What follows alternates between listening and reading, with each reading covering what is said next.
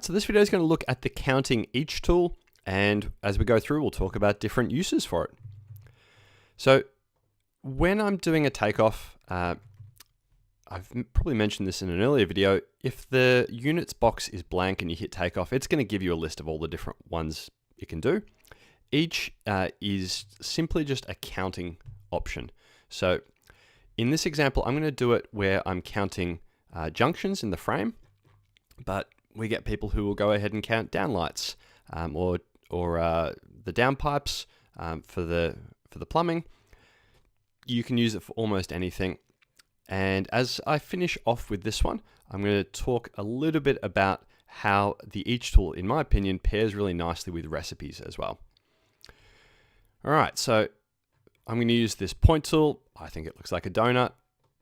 Not that that really has much relevance, but we'll go there, there, and I'm literally just counting anywhere I'm going to have walls butting up against each other. So I'll do this rather quickly. Like a lot of the other takeoff tools, you can have them be different colors. You can, if you need to, turn the labels on and off and even make notes on the individual ones if you want. That's kind of helpful if you intend to share this takeoff drawing with somebody. But I'll do that really quick and hopefully I haven't missed any. Accept and save. It just gives me a count of 24 total. There is an option to do deduction counting. I'm sure there's a use for it. Personally, instead of deducting, I would literally just remove something. But someone's out there, I'm sure, has a use for it that I'm not thinking of.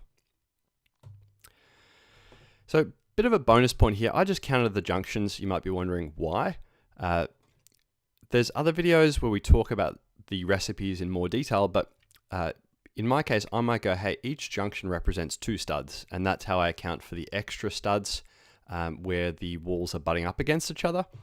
So another example here would be if I was to do, what's a good one? Count doors.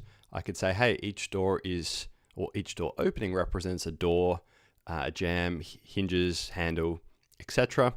So the each tool, in my opinion, pairs really nicely with the recipe. But for the sake of this video, the main thing to cover is just how do we use the measuring tool that is for counting. As always, any questions, let us know, but hopefully that's helpful.